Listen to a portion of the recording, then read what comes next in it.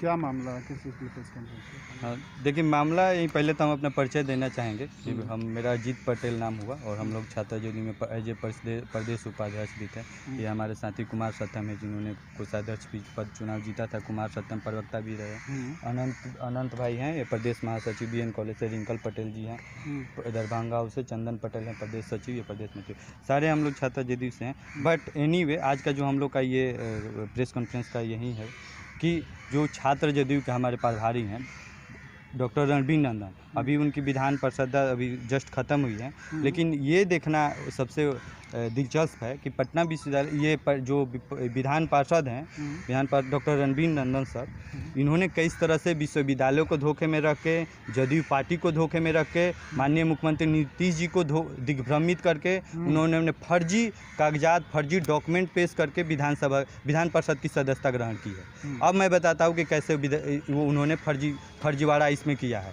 Doctor Ranbir नंदन महोदय जो हैं वो पटना विश्वविद्यालय के BN कॉलेज में भूगर्भ शास्त्र में अपने को एसोसिएट प्रोफेसर बताते हैं पब्लिक डोमेन में। बट हकीकत ये है कि वो एक नॉन टीचिंग एम्प्लॉयर है। मैं बताता हूँ कि उनकी जो ज्वाइनिंग हुई थी पटना विश्वविद्यालय के BN कॉलेज में, प्रथम नियुक्ति जो हुआ था, इनिशियल जो ज्वाइनिंग हुआ था 24/3/1988 को हुआ था शोध पदाधिकारी के रूप में।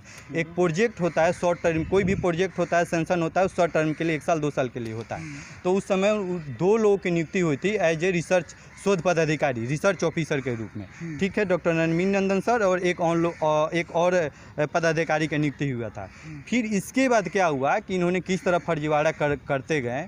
शोध करने के बाद प्रोजेक्ट जो है वो कंप्लीट हुआ कि नहीं हुआ ये अभी जानकारी में नहीं, लेकिन प्रोजेक्ट वो कंप्लीट नहीं हुआ है। ठीक है, अब क्या है कि 2015 में 13 में वाइस चांसलर आए हुए थे डॉक्टर अरुण कुमार सिन्हा। ठीक है, तो ये सामान्य वर्ग के उनके थे। तो ये उस समय क्या हुआ कि इनकी जो प्रमोशन है एसोसिएट प्रोफेसर के रूप में की गई थी। बट एसोसिएट प्रोफेसर का जो ये उनका जो प्रमोशन हुआ था वो इलीगल था। हाईकोर्ट में कुछ पटना विश्वविद्यालय के टीचर लोगों ने वहाँ पे हाईकोर्ट में चैलेंज किया इस वाइस चांसलर के ऑर्डर को कि ये जो प्रमोशन है ये इलीगल है। हाईकोर्ट ने उस चैलेंज को स्वीकार किया, उस कोर्ट को स्वीकार किया। यहाँ पे दिया हुआ है हमारा 142 टीचर का हुआ था।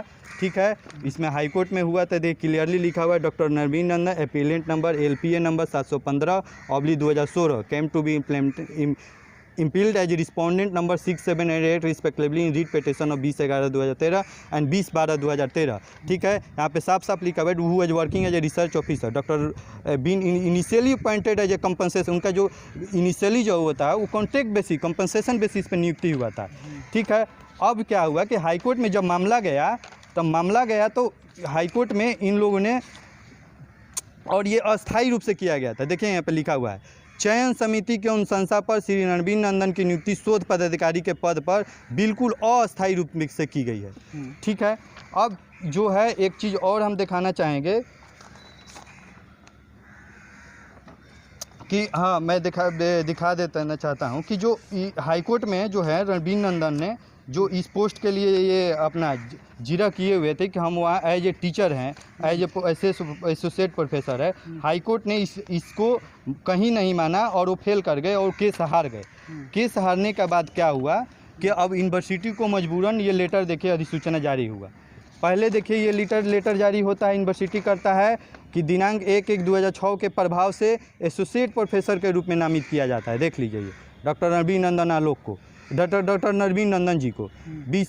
ठीक है, ये देखिए 6/9/2013 का नोटिफिकेशन। बट हाईकोर्ट में केस जब हार जाता है, हाईकोर्ट ने इस प्रमोशन को इलीगल बता देता है तो अधिसूचना जारी होता है। देखिए 12/12/2015 में ये केस हार जाने के बाद ये सीधे यहाँ पे लिखा, एकदम क्लियरली लिखा हुआ है कि माननीय पटना उच्च न्यायालय के द्वारा CWGC नंबर 1873/2013 में दिए गए निर्णय के आलोक में डॉक्टर रणबीर नंदन को शोध पदाधिकारी से उपचार या एसोसिएट प्रोफेसर के पद से पटना विश्वविद्यालय सूचना संख्या G/1904 दिनांक 25/7/2013 एवं अधिसूचना संख्या (1103) दिनांक 6/9/2013 दी गई प्रोन्नति को निरस्त किया जाता है। क्लियरली लिखा हुआ है, देख लीजिए। तो इसमें क्या विश्वविद्यालय ने उनको प्रमोशन को कैंसिल किया और रणबीर नंदन अपने मूल पद पर शोध पदाधिकारी के रूप में बने रहे। यह अधिसूचना जारी हुआ।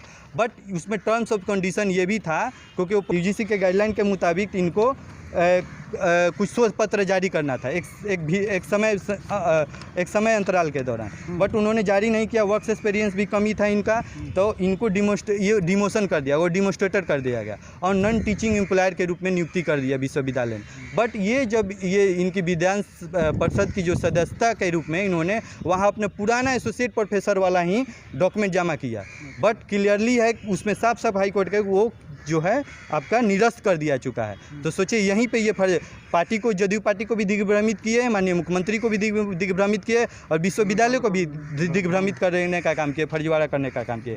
हाँ, सरकारी तंत्र का कुछ दुरुपयोग करके इन्होंने फाइल को यहाँ पे दबाए रखा, बट हमने पटना विश्वविद्यालय कुलपति महोदय से, प्रशासन ने हमने ये फाइल निकलवाया। उन्होंने बोला नॉन टीचिंग एम्प्लॉयर हैं अभी वो, और उनका कहीं कोई प्रावधान नहीं है। और आपका क्या मांग है उनके इस रवैये? सरकार को इसमें जाँच करनी चाहिए, विश्वविद्यालय प्रशासन को भी इस पर लेना चाहिए, बट विश्वविद्यालय प्रशासन का यही कहना है कि वो हमारे यहाँ ज्वाइन नहीं किए, सर्विस उनका जो है ब्रेक कर गया, हमारी कोई रिस्पॉन्सिबिलिटी नहीं है ब्रेक करने के बाद। अब इसमें है कि फर्जीवाड़ा ये जो किए, तो इसमें सरकार को जांच करना चाहिए। जो विधान परिषद का अध्यक्ष है उनको भी इसमें जांच करना चाहिए कि ये कतई मतलब नहीं है कि एक शिक्षक के रूप में फर्जीवाड़ा करके विधान परिषद, बिहार सरकार को या विधान परिषद को मतलब आप लीड कर रहे हैं, एक आप मतलब कि जनमानस में अपनी उपस्थिति दर्ज कर रहे हैं, तो ऐसे जनप्रतिनिधियों को फिर मतलब आप समझ सकते हैं कि क्या होगा। तो यही मांग करना चाहिए, यही मेरे मूल मत है कि सरकार को इस पर कार्रवाई करनी चाहिए, जाँच करे, जाँच में साफ स्पष्ट रूप से सारी चीज़ें निकल के आ जाएगी। धन्यवाद। अपना परिचय? अजीत पटेल, प्रदेश उपाध्यक्ष छात्र जदयू बिहार।